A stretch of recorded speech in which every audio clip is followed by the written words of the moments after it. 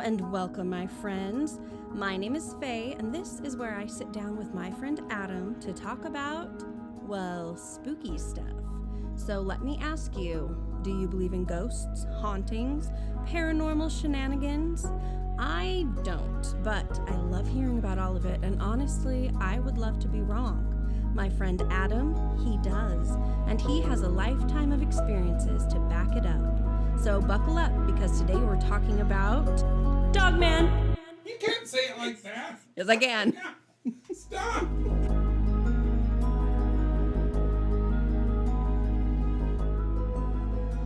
Faye, can we please talk about what just happened? Like, what was that about, and why? Why is it so early in the morning? Why are we talking about a dog man? Okay, well, here's the thing. You can't say that name seriously. It's the dumbest name for a cryptid. Like, of all the things they could pick, why in the world would you name something that's supposed to be scary Dogman? Yeah, but you can't say it like, Dogman! Dogman! That's so stupid. I think we made it very clear that one can say it that way. And I personally feel like it was very... If you haven't already, please unsubscribe from this podcast. Stop. Do us a favor. Put us out of our misery. I don't want to talk about Dogman. This is so dumb. Okay, here's the thing, though. I have been fascinated with Dogman for probably a year now. Why? I know. Why? Whoa, you can't judge me yet. Don't Why? judge me yet. Okay. So I had never heard of this before. I've heard of, right? You have Bigfoot, Sasquatch. I've heard a lot of the other cryptids. Dogman was never anything that I had ever heard about before. I wonder why. Well, because the name is embarrassing. Mm-hmm. It's so bad. Yeah, it is. Yeah, that is true. We can put that aside for a second, though, and talk about, like, the creature itself. All right? So... Okay, please do. Let me take you on this journey. Close your eyes. Deep in the Michigan forests, a secret has Lives the Dogman. I can't. Dogman. Let's stop talking. Let's stop The Dogman. calling it that. Oh, it's so bad. Okay, that's its title. I didn't give it to it. It's fine. We'll move on from that. So... Wow. That was almost 3 minutes of this nonsense. Moving on. Moving right along. What is a dogman, you ask? I'm asking. Yeah, Well, what is I'm it? so glad that you did. A dogman is pretty much what it sounds like. It is a creature with the body of a man-ish. There are some changes. And the head of a dog. Revolutionary. Okay. Really. Okay. It stands on all fours or on two legs. They have a snout that they say is kind of, the head looks a lot like a German shepherd. A lot of people say. They have pointy ears that stick up, and they can be many different colors. They're very large, between like 6 feet and I think 12 is like the upward size that people have said that they are. I like a big one, yeah. A huge one. And they are incredibly muscular. So, yes. All right, girl. Yes. How muscular are they? Sexy Dogman. They're very, very strong, and you can see their musculature underneath their fur. So they say that you can actually kind of see their skin through their fur.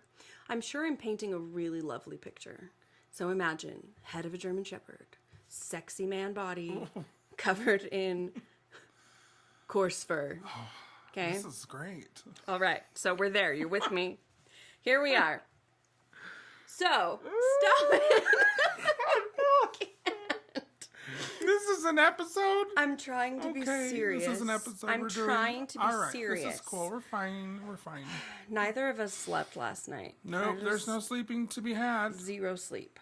Faye, why now? Why here? Why? I stumbled across a podcast where this gentleman took in calls from all around the world and has this little sheet. Even if you don't want to like talk to him, you can like fill out a little report on what happened to you, and he compiles them, and he has people call in and they tell their story of like what happened. And at first, I was just looking for something spooky to fall asleep to because that's my jam. I like to. Just put Forensic Files on like the rest of America. I do that also. Okay. Also, you know, if it's murder, crime, something creepy and paranormal, that's what I go to sleep to. And so, as I do, I found something to listen to. And I had this gentleman who started telling this really creepy story about a Dogman. A picture was painted before me. I loved this creature, and because I am a good person, I decided to give it a chance and look beyond its name, which is so stupid. I was captivated by this because I loved how there were people from all over the world. They were all different types of people doing different types of jobs. We had like police officers and executives and doctors, you know, mixed in with your good old hillbillies, and all different kinds of people. They all had very, very similar experiences, and all of them were incredibly creepy. And I loved it so much. So I started listening to more and more of them, and just became kind of fascinated and slightly obsessed. I'd say. How many stories have you actually heard about Dogman? I've heard one story about a Dogman, and that was at the infamous Skinwalker Ranch that we've already covered in another podcast. A woman, except this is like next level stupid, okay? So the woman that lived on the farm with her husband that we talked about in that podcast, she would go to the front gate of Skinwalker Ranch to go grocery shopping. You'd have to open the gate, and then you drive several 100 yards into the farmhouse. Well, she said on one particular night, she was driving up the drive, and she noticed two men in trench coats standing against a tree, smoking a cigarette with little cute fedoras on. Adorable. Like private eye. Just think of a private eye. Yeah, sure. Except they turned around, and those weren't men at all. They were dogmen. They had the face of a dog. Fedoras? Yes! They were... Google it! Okay, you're done. No, that is no. not helping. That's a dogman. It just happens to be a nicely dressed dogman. It's a true story. Read the book, Hunt for the Skinwalker, if you don't believe me. A dogman about town. He's a dogman about town. Oh, gosh. Listen here, she... That does not help. Okay, we're looking for serious spooky stuff. That is serious. Serious spooky stuff, because these things are terrifying. I'd be more terrified if the dog was wearing a trench coat and smoking a cigar. I mean, wouldn't you? No, that sounds adorable. It We'd does kind of hang sound out. adorable. It's like, hey, Mr. McGruff, It'd be so come cute. fight some crime. Find some kids. Safety kits. Safety kid. Fingerprints. Have you not heard? Yes. Okay. Take a bite out of crime. That's right. This is true story. I mean, according to the book. So there's your Dogman story. It's been written down. I'm so glad we could add that into this. Terrifying. Yep.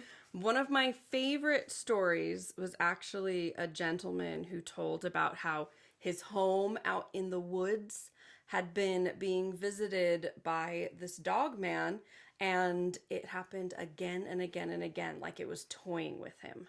Like they are smart enough to know and play and just kind of torture people. Torture them? Not like physically, it's like a mental What if he just wanted to torture. come in and sit by the Emotional. fire? He did not want that, Adam. No? No. Okay. No. But one of the things that that people claim, a lot of the times they will like tap on windows and houses to like kind of get your attention. Ew. And then they will stand like on roofs and look in through windows. People will see things, and they can jump incredibly far and incredibly high. They've been known to like jump into trees, and Wow. yes, dogs in trees. Where's this going? Like, why are they saying, why? That's the thing. Nobody really knows. As to the stories that I've heard, no one actually ends up really getting hurt. I haven't ever So they're pleasant. well, no, they're not. They are man's best friend. These ones are not. Oh, they're not? No. They will taunt and toy with people and just terrify them beyond belief. And this story in particular that I love, that just like got me, I was freaking out. This dogman had been going around this man's property, and he spotted it and saw it in a window. And every time he would go and try to like find it, it would disappear. And he had a young baby who slept in the downstairs portion of this cabin in the woods type thing. And he and his wife slept upstairs, and they had a cute little baby monitor to watch their little baby. And one night, as they were sleeping, he heard the baby start crying.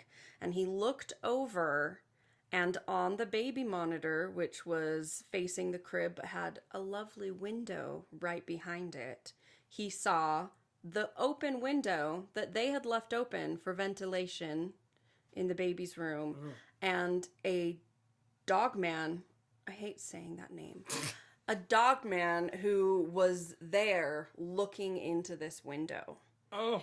At their child. Y'all, if you could see Faye's face right now, it's like filled with terror as she's telling this story, and I cannot keep a straight face. Stop. I mean, first of all, don't leave your window open with the baby. Times are different. You can't just leave your kid in an open window. Haven't you watched, like, any movie ever? All the movies. But this... That'd be freaky, though. If I saw a dog man on a baby monitor, yeah, I'd be pretty scared. Yeah. I feel like you're not taking this seriously. I am very seriously taking this. And I'm really struggling. I am struggling with life today. I'm just kidding. So I love all of these stories, and there are tons of them of people who have had these experiences. And the cool thing about the program that I was listening to is that you get to hear them tell their own story. And I'm telling you, these people are like peeing their pants. You can hear the fear in their voice. They're like... I'm not discounting their stories. I think that if you've seen a dog man... Stop! It's a bad name. We need to do some rebranding. Let's... Stop it! Think of a new name. Listen, I've seen some weird stuff in my life. So who am I to make fun of someone else's? That's just rude. Yeah, that's who are you? Victim blaming, victim shaming, I don't know. I don't want you, if you've been attacked by a dog man. If you've been attacked by a dog man, I want you to know that I'm here for you. And I will never judge you.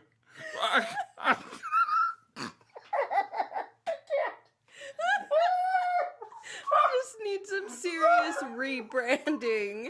This can't be what this creature is called. I haven't slept in 2 days. Okay. It needs a new name. Can we write a petition? Get new names? All right. We are taking this seriously now. We have regrouped, and in penance for Adam's lack of empathy earlier, Adam will tell us one of the Dogman stories. That's right, Faye. And not just any Dogman story. The first known sighting of Dogman in Michigan, which occurred in 1887 in Wexford County, when 2 lumberjacks saw a creature, whom they described as having a man's body and a dog's head. In 1938, in Paris, Michigan, Robert Fortney was attacked by 5 wild dogs and said that one of the 5 walked on 2 legs. Reports of similar creatures also came from Allegan County in the 1950s and in Manistee and Cross Village in 1967. Linda S. Godfrey, in her book The Beast of Bray Road, compares the Manistee sightings to similar creatures sighted in Wisconsin known as the Beast of Bray Road. That sounds redundant. In 1961, a night watchman was patrolling a manufacturing plant in Big Rapids, Michigan, when he saw a peculiar figure. At first, he thought it was a person until he saw the dog-like features. He pulled his gun and was about to shoot when he remembered. This is a really scary monster. I'm looking at the photo and it's kind of terrifying. If y'all could see this photo, it actually is pretty scary. It looks like the big bad wolf, right before he eats you and takes you to grandma's house in his tum-tums. Okay, here we go. So the patrolman pulled his gun and was about to shoot it when he remembered, oh, hey, I have a camera, and took the camera out instead and took the picture of the horrific beast. The photo has not been analyzed yet, but it still remains an unsolved mystery. Wait, the photograph hasn't been checked out, and this is from like the 1950s? 1961. Well, I'm checking it out right now. I'm looking at it. I mean, I feel like they've had plenty of time to work on that. Look at those eyes. I know, it's very creepy. He looks like he's smiling. Like he looks like one of those animatronics. Do that though. They smile? They smile super creepily. What? Yeah, they know what they're doing. And they try. Look at him. I know. He's like on the side of a rock. He's like, hey there, mister. Let me show you these pearly whites. And he's like smiling, but then he's got like cross-eyed yellow eyeballs. He looks like an animatronic, if I'm being honest, at Chuck E. Cheese that like kind of went on the fritz. I miss Chuck E. Cheese. I do too. I had my birthday there during the San Francisco earthquake of 1989. It was on my birthday. Oh my gosh. And I was there in California, and everything shut down. It was crazy. Sad. What birthday party? Like, what age was this for? I was whatever I was in 1989. So 7? Okay. Yeah, I was at Chuck E. Cheese, looking at this guy right here in this photo, singing a song, eating my pizza. The World Series was going on. And then everyone died. Wow. Yeah. Similarly, I too had a birthday party at Chuck E. Cheese. It was my 17th birthday party. 17th? And we ditched school and went to Chuck E. Cheese. Did you live in a small town? Yeah. Oh, yeah. But it had 3 Denny's. 3 Denny's. Oh, yes, Denny's. we talked about this. Teeny tiny town. And 3 Denny's. When I was 17, I used to go out on the weekends to a place that people in Utah may recall named the Mayan Restaurant, and it was owned by Larry H. Miller, and it was like, people from Colorado will know it, people who watch South Park. Casa Bonita! That's the indoor Mexican cliff diving waterfall restaurant. It was amazing. The food was terrible, but you got to watch men in Speedos jumping over and over and over again into the deep waters, the deep, cool waters below my delicious rolled tacos. And, oh God, that sound right. It was good. It was a good time being 17. Is it closed? It's been closed for years, decades. That's I loved awesome. You know who the head chef was? Who? Dogman. So stupid. We are not doing these stories justice. I just need to throw that out there right now. People who have experienced this go through serious trauma. I have listened to accounts where tough men okay. I mean, I've been through some serious real trauma. Cried. What do I know? Yeah, they cried. They cry. Because they saw and they get Dogman. physically, you can hear it in their voices. And let me tell you, the way that they're telling stories, these people are not actors. No. They are not necessarily gifted storytellers. However, when you hear them give their accounts, they are so real and it's so visceral because they are terrified to bring it up again. And I love that. I love the terror. If only you could see this photo. I'm putting it right up next to my face so that you can see the terror in my eyes while I'm looking at it. Stop it. It's not a great photo. People have said that they have photographs. Okay, sorry. It looks like if you bought a Dogman on Wish.com and this is what shows up in the mail. Like it's misshapen, the eyes looking one way, the other eye's the other. It's smiling, the teeth aren't quite right. He's holding a cane, it looks like. He's walking on a cane. This is not good, Dogman. This is not good, Dogman. But, I digress. Yeah. As with, Sasquatch, there are not any kind of, there's not good evidence for this beyond anecdotal accounts.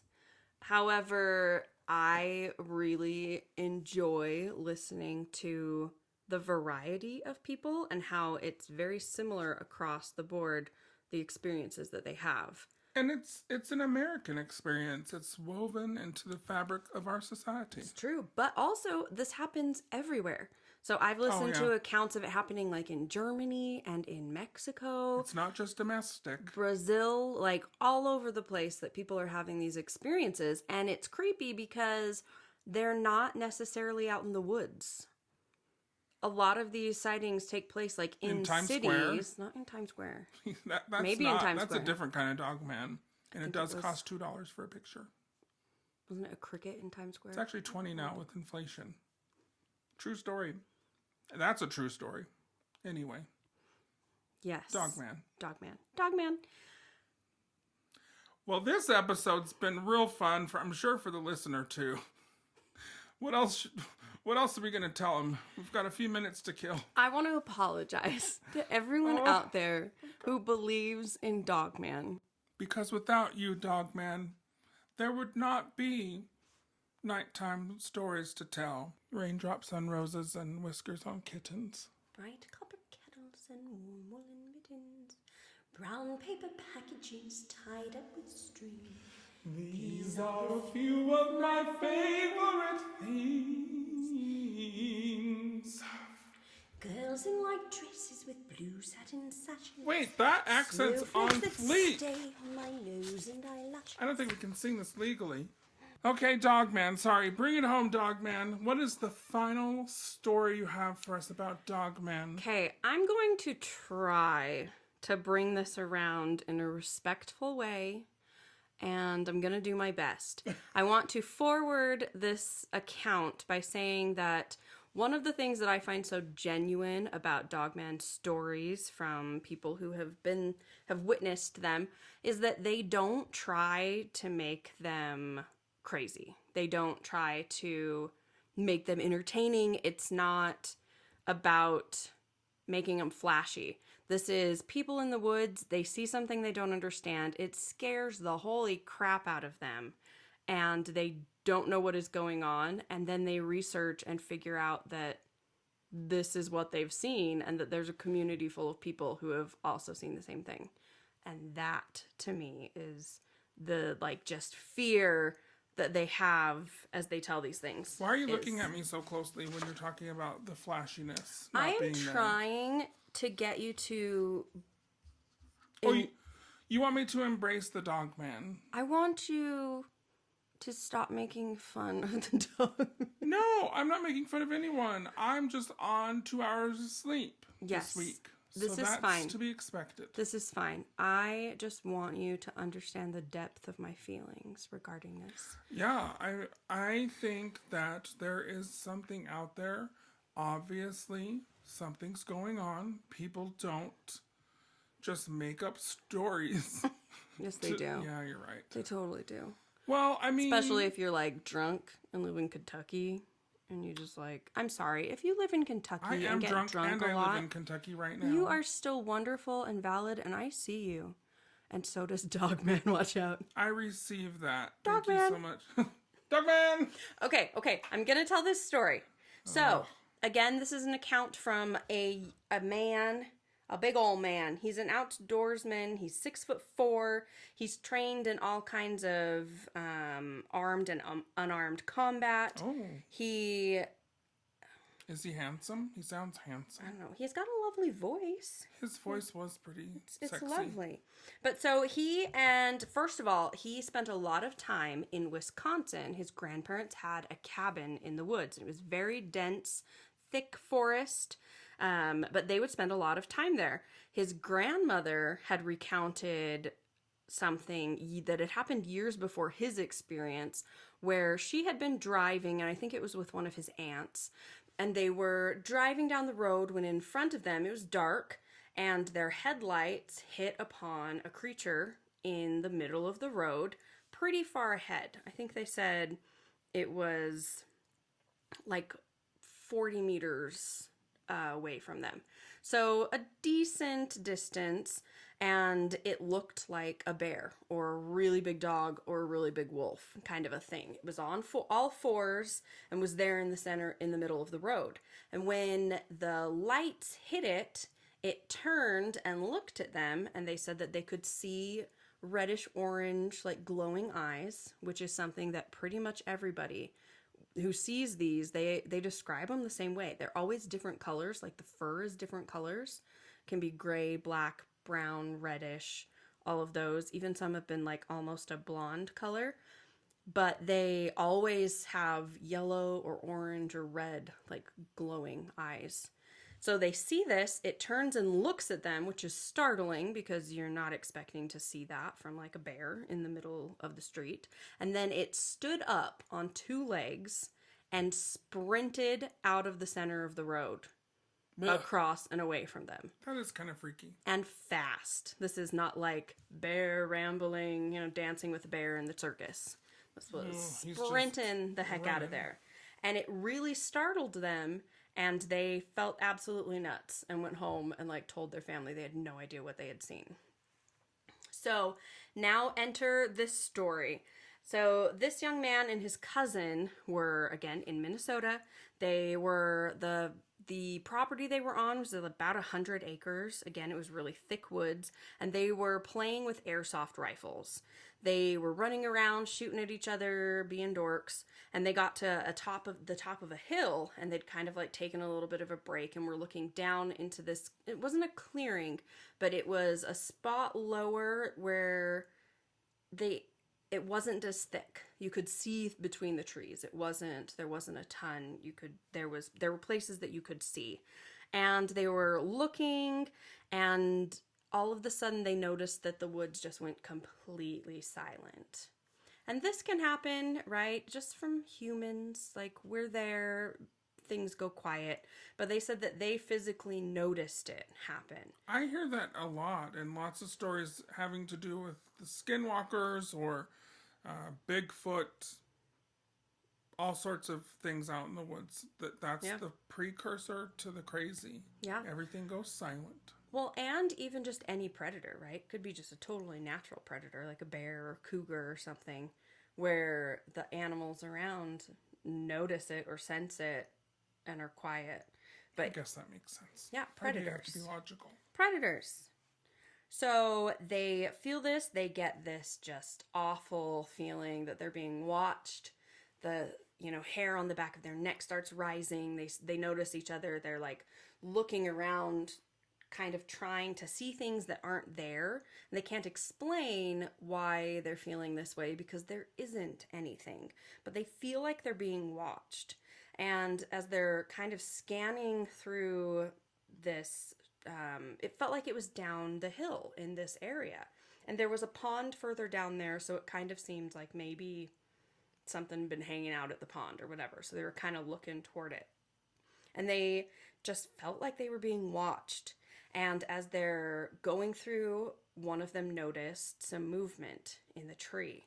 And when they looked down, they saw this creature that was leaning against the tree, kind of crouched down, like it was trying not to be seen, like it was hiding down next to this tree. And it had its arms wrapped around the trunk of the tree. And he said that he could tell from where he was that these arms were not normal. So if we were talking a wolf or a bear, right, a wolf would have little paws. They wouldn't be able to like hold on to a tree. They'd be able to like lean against it, right, legs up on it, but not hold it. And a bear, they got their chunky little fuzzy paws. Chunky fuzzy paws. It looked very different. These arms were very long, and he said that he could tell that they had like human-looking hands with really big claws. So this thing is crouched down and holding on to this tree and is watching them, just eyes right on them. And he said that even from that distance, he could see kind of like a shine off of them, like a bit of a glow down there. Even though it wasn't super dark, it was shaded just enough that he could catch a little bit of like a glow off of these eyeballs. So the animal is leaning there, And when he's telling this story, at this point, when he starts to describe what this animal looks like, you can hear in his voice that he starts getting shaky, and he actually has to stop and kind of catch his breath and apologize. And he's like, it's fine. I'm just like seeing these images. They're burned in his head. And he apologizes because recalling those makes him physically like unwell. Like it just is very nerve-wracking even after all this time. By the time he's telling the story, it's been like 8 years. So those images are still like seared into his mind.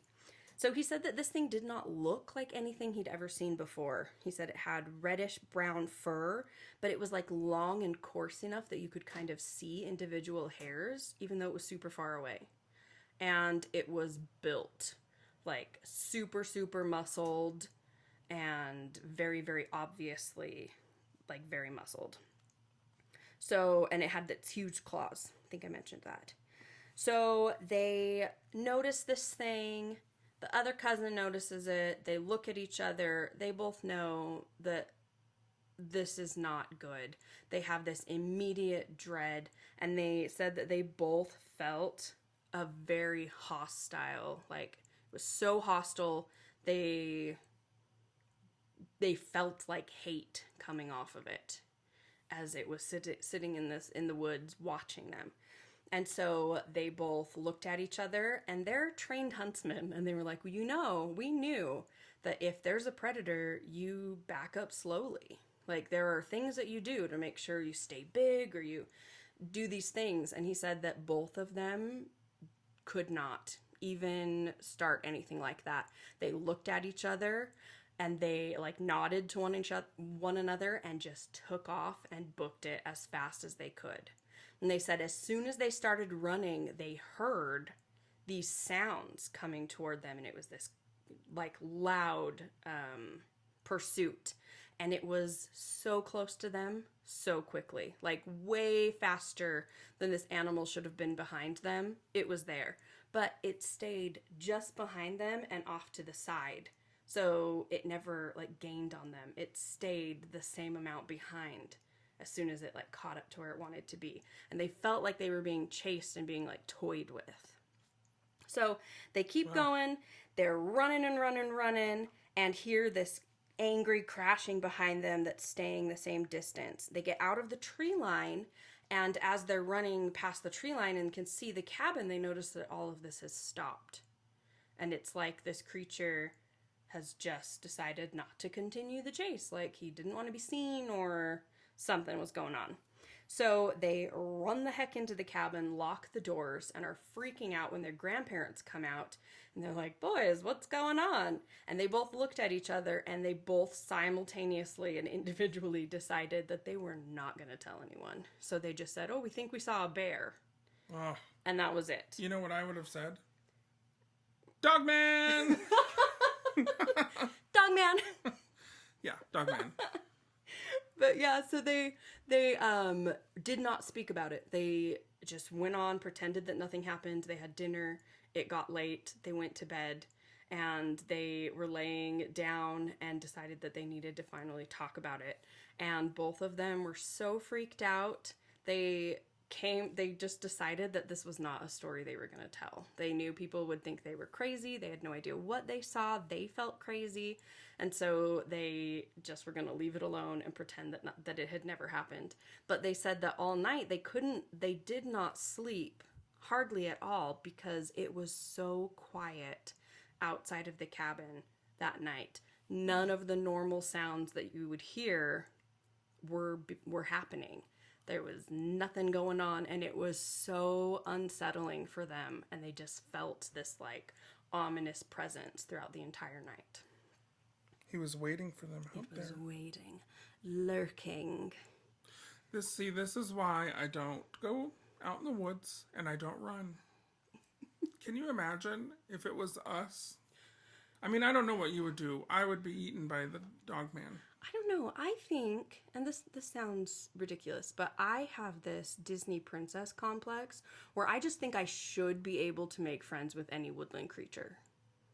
Okay. And the Dogman lives in the woods. Well, good luck. I Good feel luck like with that. maybe he just needs the right friend. Maybe. Well, let's try an experiment. To your Yeah. bring the creature. It's like, and you're dead. And death. But yeah, I love stories like this. Again, as you can see, they didn't make it anything showy or fancy. It was just they saw something super creepy and they didn't understand it, and it took them a long time. A lot of these people wait for years and years and years before they're willing to talk about it. And that is why I love recounting stories about the Dogman. I like that. Dogman, just a down home, kind of working class, sort of, Yeah. Cracker Barrel type. Dogman of the people. Dogman of the people. No fuss, no muss. Yeah, just a lot of bad smells. Just a lot Apparently of bad they're very smells. stinky. And they're evil. They laugh at you. I mean, not laugh, but we did talk about them laughing. they know That what is they're true. doing. Well, I wonder what this Dogman really is. I wonder if it really is some animal that lives out in the wilderness, or if there's more to it. If we're talking about skinwalkers Yeah. or interdimensional beings. I would ask you, what are they doing? yeah, what are they do? I would ask you what you think they are, but I kind of know where that's gonna go. What do you mean? Like if I ask you what you think it really is. Figments of people's imagination. I mean, that usually takes us to the end of the episode, and then we get your answer. But do we get your answer? Of course. I am an open book. I will tell you anything. I mean, I sincerely want to know what do you think Dogman is? Do you think that it's a creature, or is it something else? I mean, to believe or not to believe, Faye. Well, What would you say? I've kind of adopted Dogman as like my pet cryptid. I Yeah, think of you're really all in love of with them, this. and that's going even with its stupid name. I'm willing to take this on, and I'm willing to talk about it and not be ashamed. And I think that You shouldn't have any shame. that says a lot. I'm a very big person for doing this. You are. It takes a lot of courage. You should start a GoFundMe. I'm so courageous. Dogman. Yes, please. And the petition to rename it. Very important. What would you rename Dogman if you could? I don't know anything else. Like anything else. Kanon. Kanon. Kanon. Done. QAnon. Oh no. I'd call him Kanon Sapien. We will workshop this and get back to everybody. Yeah. But yeah, as far as stuff like this goes, I have a hard time. With Dogman, I know for sure that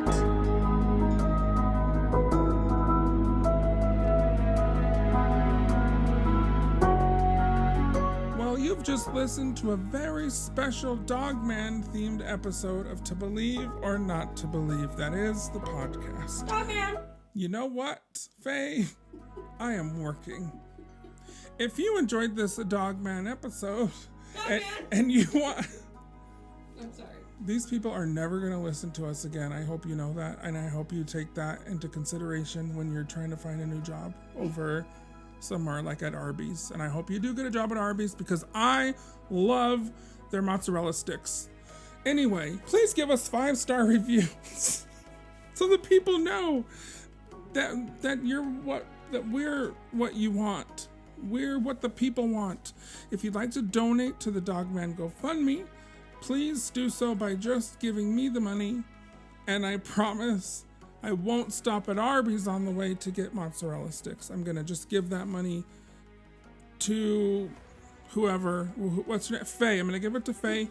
And if you'd like to sign the petition to rename Dogman, you can do so at dogman.org or anywhere that fine kitchen cutlery gadgets are sold, such as Crate and Barrel. So until next time, bye!